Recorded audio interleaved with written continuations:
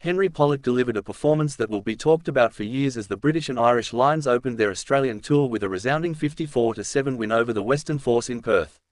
Yet what should have been a night of celebration came with a sting, as experienced Welsh scrum-half Tomos Williams limped off with a hamstring injury that could put his Test hopes in jeopardy. In front of a boisterous crowd of 46,656 at Optus Stadium, the Lions showed their class, running in 8 tries to 1, stamping their authority on the tour from the outset. But Williams' injury in the 47th minute cast a shadow over proceedings. Diving acrobatically into the left corner for his second try of the match, Williams immediately clutched at his left hamstring before gingerly rising to his feet. The 30-year-old, capped 65 times by Wales, looked distraught as he slowly made his way from the field, knowing full well the potential implications for the upcoming 3-test series against the Wallabies. At the time of his departure, the Lions were in control, leading 26-7, yet they wasted no time in further asserting their dominance. The second half turned into an exhibition, with the Lions unleashing a 5-try blitz that left the Force gasping. But the opening half told a different story. The Western Force, led by an inspired Dylan Peach, brought the fight to the Lions from the outset. Peach, pushing his case for Wallabies selection, tore the Lions apart with dazzling line breaks and fearless runs.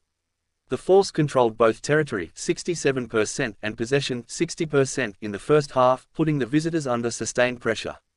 Yet despite being on the back foot, it was the youthful brilliance of Henry Pollock that kept the Lions in the ascendancy. Pollock, just 20 years of age, played with the poise of a seasoned veteran and the energy of a rising star. His relentless tackle-busting runs and defensive work rate shifted the momentum back towards the Lions at key moments.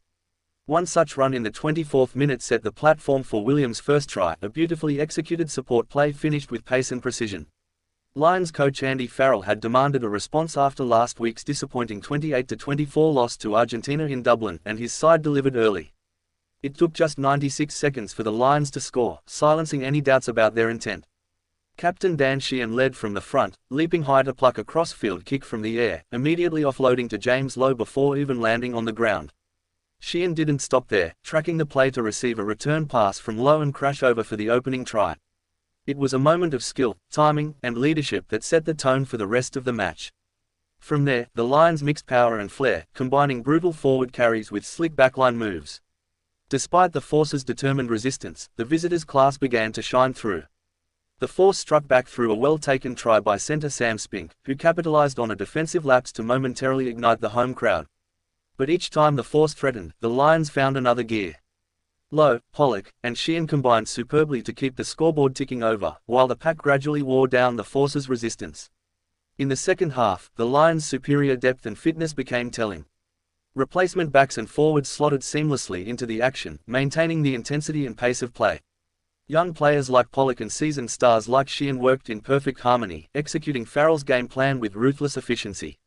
Farrell, however, will be concerned about his growing injury list, with Williams joining Elliot Daly in the medical room after the latter's suspected fractured forearm earlier in the week.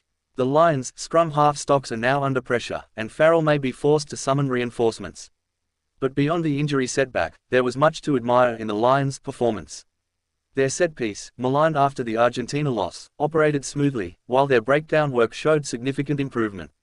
Pollock's emergence as a genuine game-changer added further excitement to the Lions' evolving squad dynamic. At just 20, his composure, physicality, and vision make him a tantalizing prospect for the tests against Australia. Dan Sheehan's leadership, too, was a major plus. His energy, decision-making, and calm under pressure helped settle the Lions during the Force's early onslaught. Tommy Reffell and Jack Conan provided vital grunt in the tight exchanges, disrupting the Force's flow and creating turnover opportunities. In the backs, Lowe and Henshaw linked well, probing the defensive line and creating space for their teammates. The Lions' kicking game was also sharper, pinning the Force deep in their territory and forcing them to play from uncomfortable positions. The Force, for their part, will rue missed opportunities and handling errors that blunted their early momentum. Despite promising bursts from Peach and Spink, they lacked the clinical edge to turn pressure into sustained points. Force coach Simon Cron praised his players' effort but acknowledged the Lions' class told in the end. "We matched them physically for long periods, but they punished every mistake we made," Cron said post-match. For the Lions, the match served as an important step forward after the wobble against Argentina. The cohesion, energy, and ruthlessness on display suggest the squad is trending in the right direction ahead of the first test against the Wallabies. Yet Farrell's biggest concern now revolves around his scrum-half options. With Williams in doubt and Daly already sidelined, squad depth could be tested sooner than expected. The Lions will await medical scans on Williams' hamstring, hoping the injury is not as serious as first feared. In the meantime, the squad will regroup and refocus for their next tour match, likely featuring further rotation to manage player workload. The Lions' message to Australia was clear: they have power, they have pace, and they have depth, but they are not invincible. The Force showed that with enough intensity and accuracy, the Lions can be pressured. But ultimately, class won out on the night, and the Lions left Perth with a statement victory, albeit a costly one.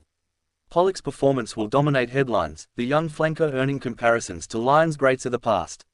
His ability to carry hard, link play, and defend tirelessly makes him a leading contender for Test selection.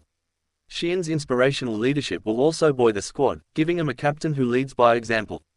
Yet amid the positives, the squad will reflect on another injury setback to a key playmaker. The tour's physical demands are beginning to bite, and the Lions medical staff will be working overtime to keep the squad fit. As the Lions move on from Perth, they'll do so with greater confidence but also a sense of vulnerability. They are finding form, but the path to a series victory is far from smooth. For Williams, the wait begins. Will his hamstring recover in time to face the Wallabies? For Pollock, the rise continues. His star is shining brightly, and the rugby world has taken notice. And for Farrell, the job is only just beginning.